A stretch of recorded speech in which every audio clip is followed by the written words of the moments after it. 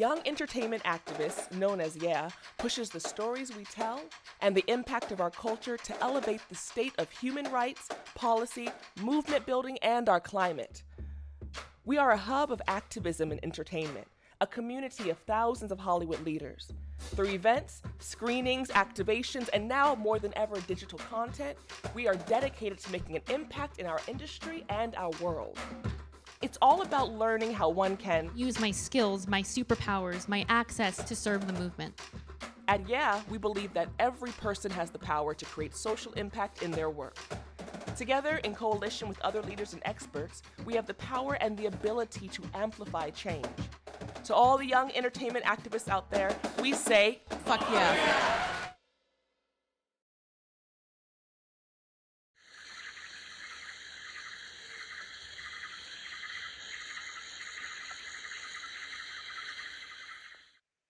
Hi, everyone. Thank you for being here. And thanks to young entertainment activists, NYU Los Angeles, and Variety for this much needed summit. A quick note before we get going, we've reserved 8 minutes at the end for audience questions. Post your questions anytime through the Facebook Live chat.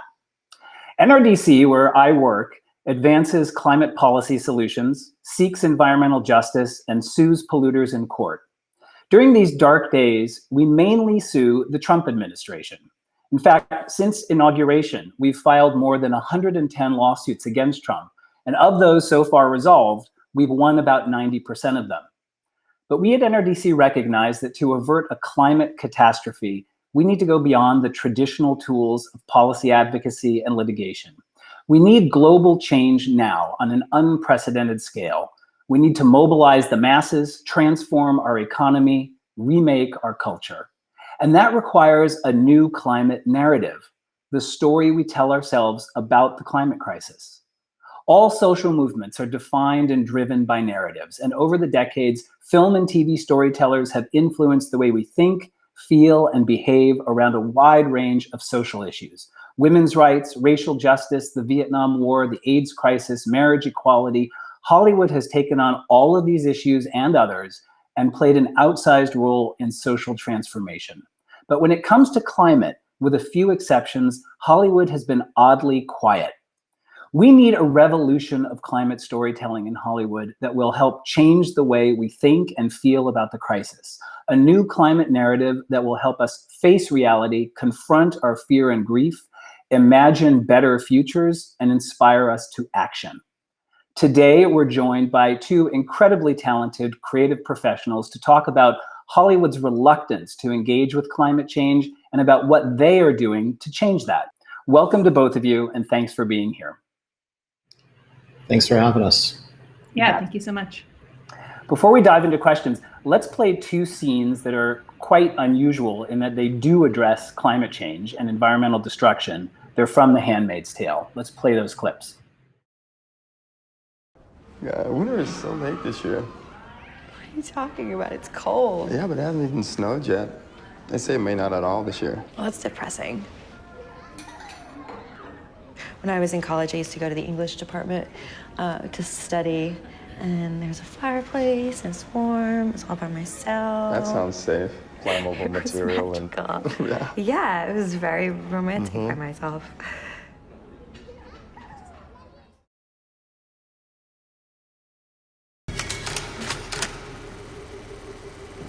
The earth is a gift given to us by a loving and benevolent God. But for so long, we took his blessings for granted. We polluted our water supply, our air, even our bodies. We poisoned everything precious to us, and then we were shocked when our world started dying. But through our labors, through the work of the penitent, we can heal. Stone by stone, we will earn back the favor of our Lord. We will build an earth where seeds land not among thorns, not in a barren and poisonous place, but onto sweet-smelling soil. And he will surely bless us with abundances.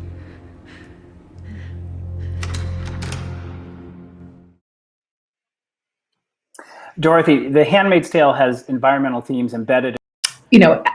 Consumer products that would indicate that they had assessed that climate was a real challenge and that they were working to fix it, and making the choice that it was the bad guys, right, who noticed what climate change was doing and took advantage of it and used it to political advantage, and we're now trying to fix it. And it was the good guys, our main characters, whom we love and adore, who were, going on dates and being like, weird that there's no winter now. Anyway, flirty, flirt, flirt. That was a really conscious narrative choice, because I don't think, I think climate is something that is happening. And I think the politics of what comes next are extremely up for grabs. And the climate crisis certainly can be used as equally by fascists as by nice ladies. Okay, thank you. Scott, you, in a sense, are one of Hollywood's most experienced climate storytellers with An Inconvenient Truth under your belt, and your current project. Do you think that telling a good climate story is harder than telling a story about anything else, and if so, why? It shouldn't be. I think for me, I guess the question is, how do you tell a good story, or what is a good story?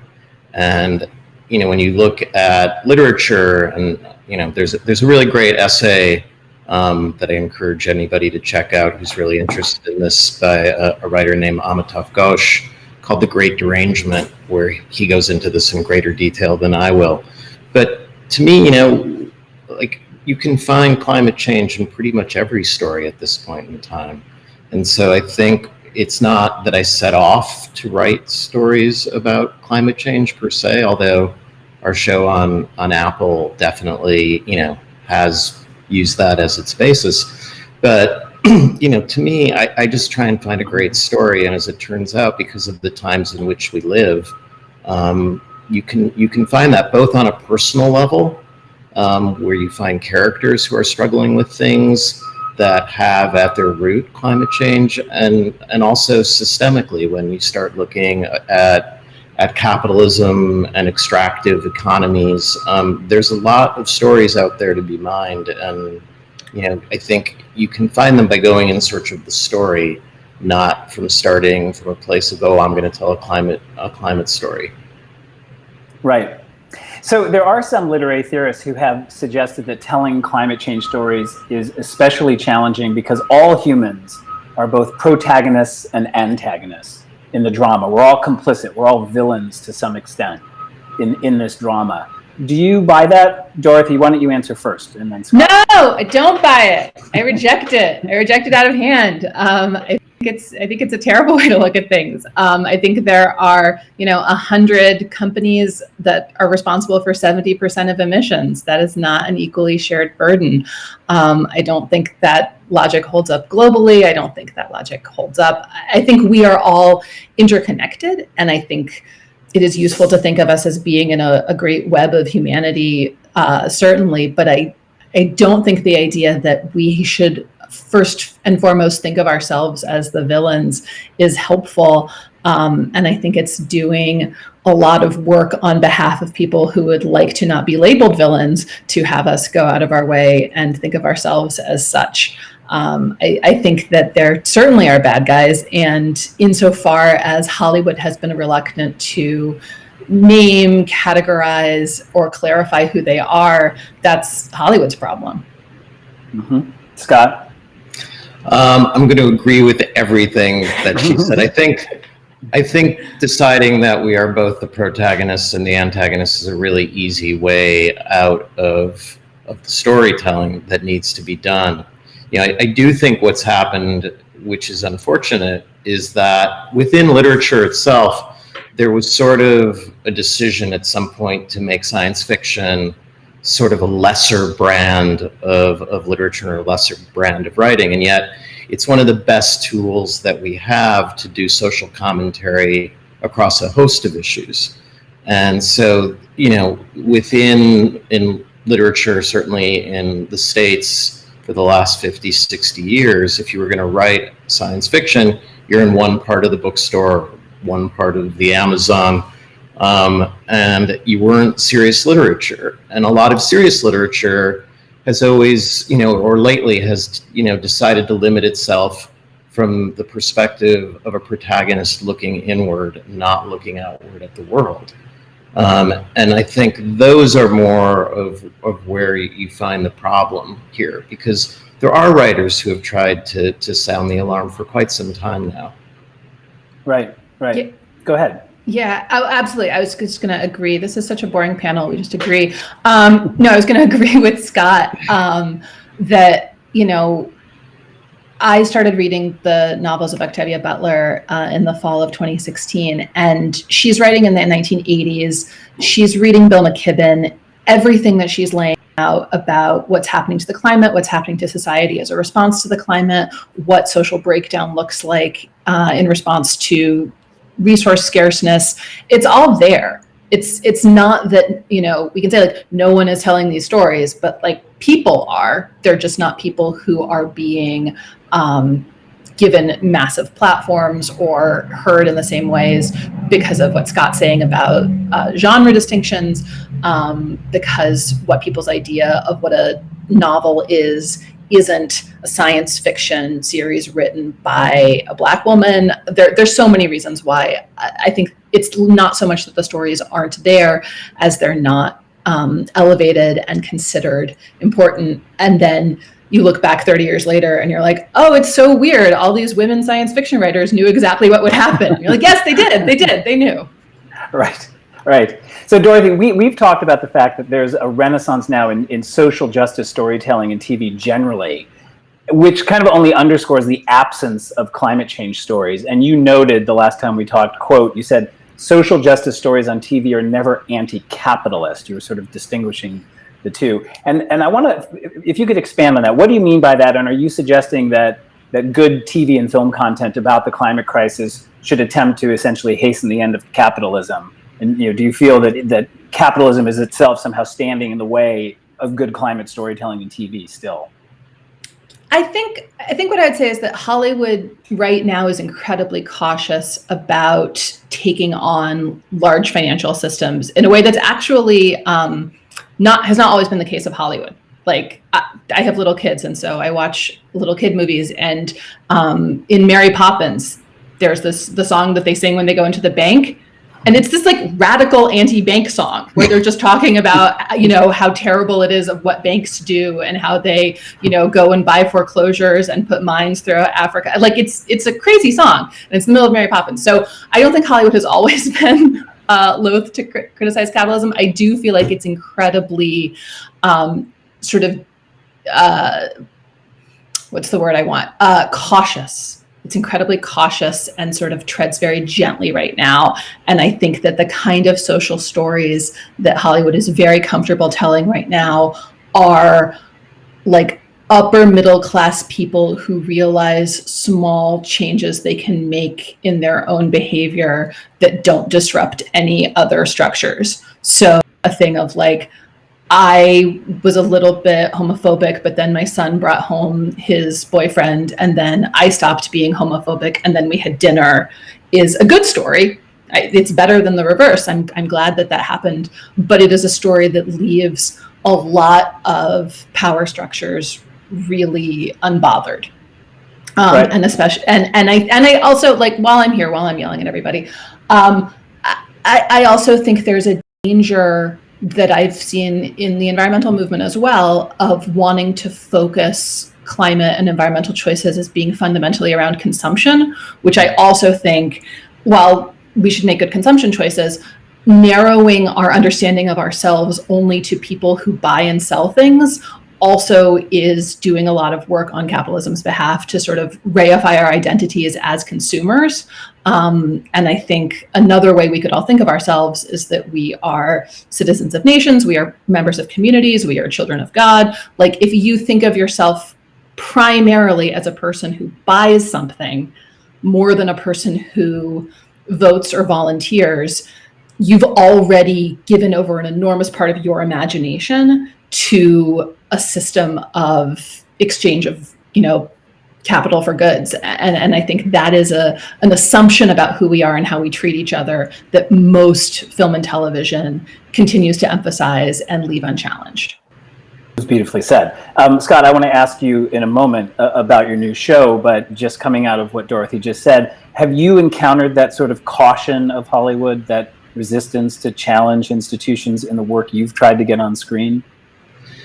Those things, in my experience, those things tend to be fairly subtle. They don't really come up in a room, but, they definitely are there. I think, to me, the bigger issue, and I'd love to hear what Dorothy has to say about this, is I crash into hope all of the time. And hope has become my least favorite word in any meeting I'm in, because they'll say, well, you have to tell a story that's hopeful. And that to me feels like propaganda, not like what I want to do as a storyteller. And also, I think it's really destructive for us to be out peddling hope instead of peddling reality. And hope is something that comes after the story. Hope is something that doesn't have to be built into the story. It's a response that's an option for a viewer, and I don't really feel like it's my job to tell people how to react. My hope is that when they see a story that moves them, that they'll get active and they'll want to express themselves, as Dorothy said, as more than a consumer. They're a participant. This is something happening to all of us. And hope comes after you've been presented with a plan. You can then be hopeful that the actions you're going to take are going to make a difference. So to me, I find myself endlessly having conversations with studio executives about what the role of hope is. And I keep saying, it's not my job as a filmmaker to tell you how to respond. It's my job to tell you a story. Let me just quickly follow up on that. I mean, is it peddling hope to focus on human agency, or to present what could be a better, less destructive path forward? Is that the sort of thing you're talking about, or is there a possibility to do those things without feeling that you are a propagandist? I think the answer is both, and it's up to the creator. I think there are a lot of different stories that people can experience, and how they react to them is really their prerogative. This decision that we've made, and within the environmental movement itself, that only cute animals on quarterly mailers and stories that somehow make you believe that we got this are going to work, really concerns me. When we were going all the way back to An Inconvenient Truth, I remember having a conversation with Vice President Gore and the other people involved in the film, and I said, Dr. Hansen in the movie famously said we had a 10-year horizon within which we had to act. We did not. It's been more than 10 years. So if we now say there is no consequence, we've destroyed expertise. And without expertise and without science, we are screwed. But also without art and freedom of expression of what it means to have gone beyond that 10-year horizon, we're not telling the story. And that's all I'm saying, is that, hope, again, is a human response to something. It's whether or not you choose paralysis or fear, or you're activated by the story. And that is on the storyteller. But I don't know that we should only tell stories that on their face are about, we have a solve, don't worry. That's not going to get the job done. Right. Dorothy, do you want to respond to this idea of being a hope pusher?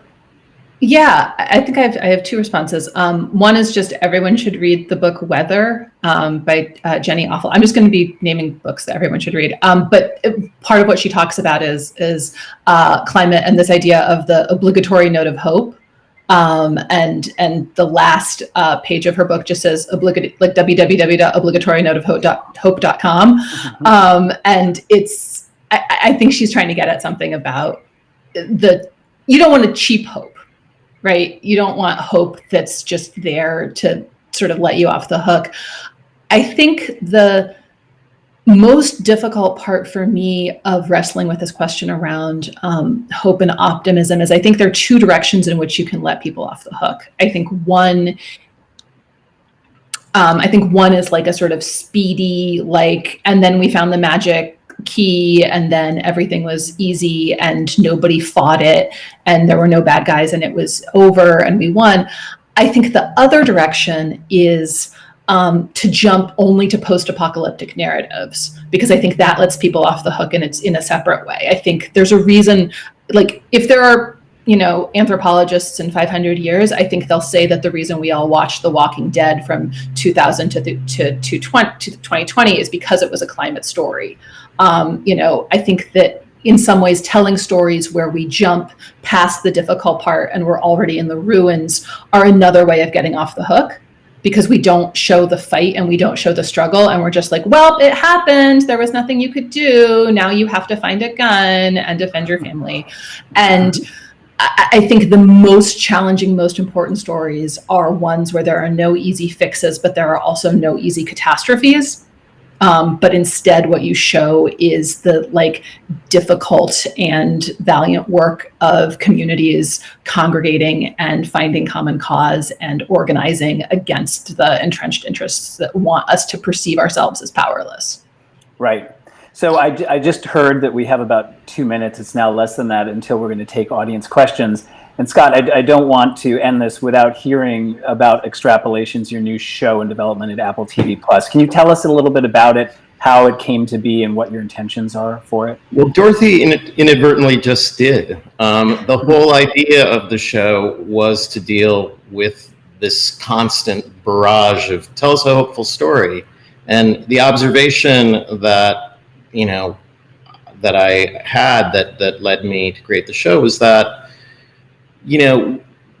we don't know what's going to happen between now and the end of the century. I think it's really unrealistic. And when you speak to experts, and we spoke to Bill McKibben and Al Gore and a host of other people about this issue, we are going to zoom past the temperatures that were part of the Paris Accord, and we need to be realistic about that and think about what that means. And so the goal of the show was basically to say we are in an existential struggle over the next 80 years. And the only thing I know for sure is we are taking ourselves with us. And we will want to laugh, and we will want to fall in love, and we will want our lives to have meaning. Some of us will choose to have children. We will say goodbye to a lot of animals. And what I wanted to do was create a show that dropped in on humanity between now and the end of the century to see how that struggle looks like, but not putting it in the foreground, putting it as the world in which human beings try and figure out what we're going to do about this. And hopefully the show has a certain kind of suspense to it, because you're going to see people make good decisions. You're going to see people turn to indigenous peoples for guidance. You're going to see how climate change pools out, as I said before, across all of these issues, about food and justice surrounding food, about technology. And so that's how we wanted to deal with it, is to look at what happens between now and the end of the century. And we have a common foe, and we can call the foe climate change, or we can call the foe ourselves. Mm-hmm. We all want to see the show now. Can you tell us anything about what the pandemic is doing in terms of your schedule? Well, the good thing about being a writer is most of our days are spent sitting alone writing. And so all of the writers who are in our room are off to script, and hopefully Apple will greenlight the show. And I'm also part of a Directors Guild committee on safe sets, and we're trying very hard to work with the studios and SAG and the Teamsters and all the unions to come up with a protocol that will allow people to go back to work safely as soon as possible. Right. Well, thank you for that. I'm looking at a list of questions that are being curated right now by the summit, and I'm just going to throw some of these out. This is from Kelly Eichenholz. What are the ways in which you aim to engage groups of people who either don't believe in climate change or don't see it as a priority? What are entry points for them in your writing content? Dorothy, do you want to respond? Yeah, absolutely. I think the first step is an acknowledgement, and I think that can come in very gentle and subtle ways of just like, it didn't used to rain this much. We used to be able to ice skate on this pond in the winter. Like those kinds of very normal realizations that people who don't perceive the conversation to have a politics to it have. To me, that's a very sort of gentle on-ramp, because I feel like so many things right now become extremely polarized and extremely politicized, especially around science. And I think the more that you can start with just like somebody's grandma being like, it's weird that everyone keeps falling through the lake. When I was a kid, we used to be able to ice skate on it, no problem. That's not a conversation about a politician. That's just a conversation about the lake in your backyard. And then I think, once you start talking about the things that we see, we can then open it up to, why does this matter? Like, who is it affecting besides you? Okay, so you can't go ice skating. Is that big of a deal? Well, but it's also the farmers. Oh, okay, well, but their crops aren't growing anymore. Oh, okay, well, that's a problem. Oh, and then it's also your insurance, because if it floods, then, you don't have housing. Like, but I think starting it from a very small human point of view, and finding one place of common ground, and then branching out into the next one, and then the next one, and then the next one. Nobody likes to say they're wrong.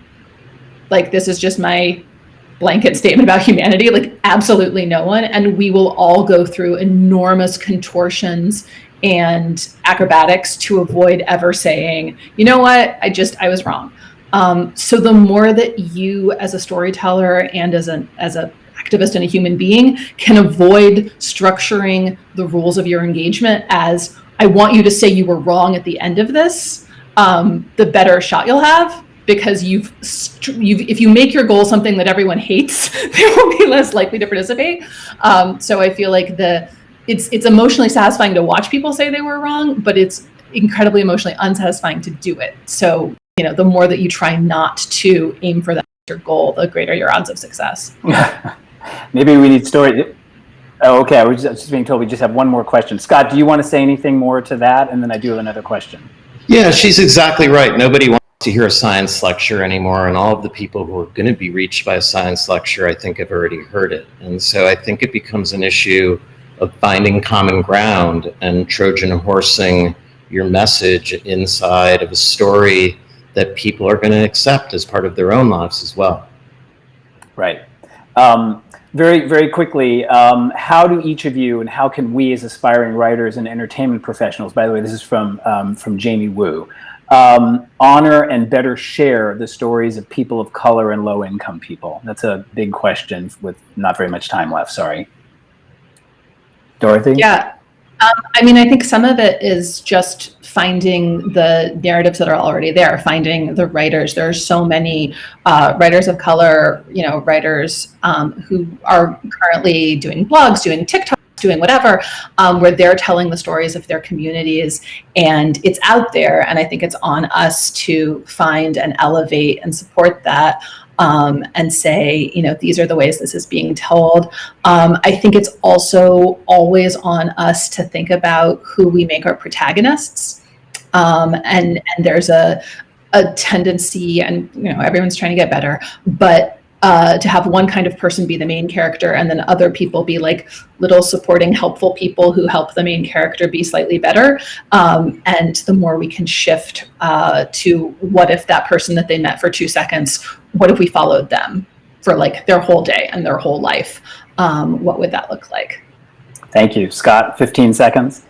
Well, she said exactly what I would have said. The thing that I guess I feel like I can do is I can give up my place. I have been very involved in this for a long time, and as much as I love doing these things and I'm honored to be here, I recognize that me as a white male taking up this space is something that I have to recognize that I have to give up. So I'm happy to turn you down the next time you ask, Daniel. And I hope you'll replace me with someone whose voice needs to be heard. Well, thank you for that. I hope you don't. And Dorothy, Scott, really appreciate your time. It's been a pleasure. And for NRDC, I'm Daniel Hinerfeld, and thank you to the summit.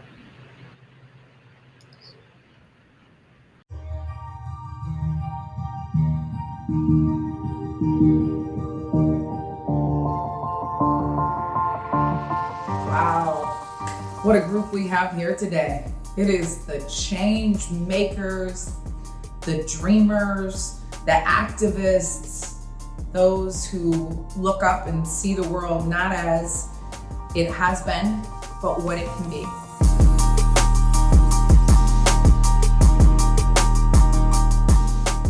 Many of you might think, well, what does football have to do with what we're talking about today?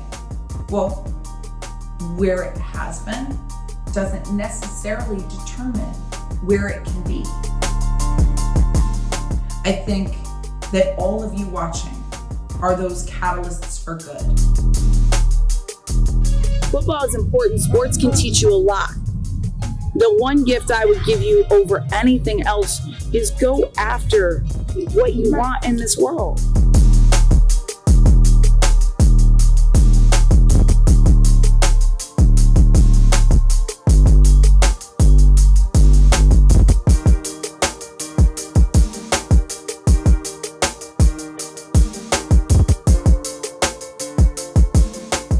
I want every one of these girls to know that there is no game that they cannot play and no field that they do not belong on. It's a play! Team sports taught me that we don't have to all have all of the answers on our own. But what we have to do is create a conversation and a culture and a situation where what makes you different is actually what makes you special. And we welcome people in and we empower them to bring what they have to the table. I am honored to be here to support all of you in the work that you do as you not only change the game, but continue to rewrite the rules of the game. For all of you listening, you will be called crazy. You will hear that what you want to do isn't possible. You will be told maybe thousands and thousands of times, as I have, what you can't do. And what I would challenge you to do is to realize that what you can't do is let them be right.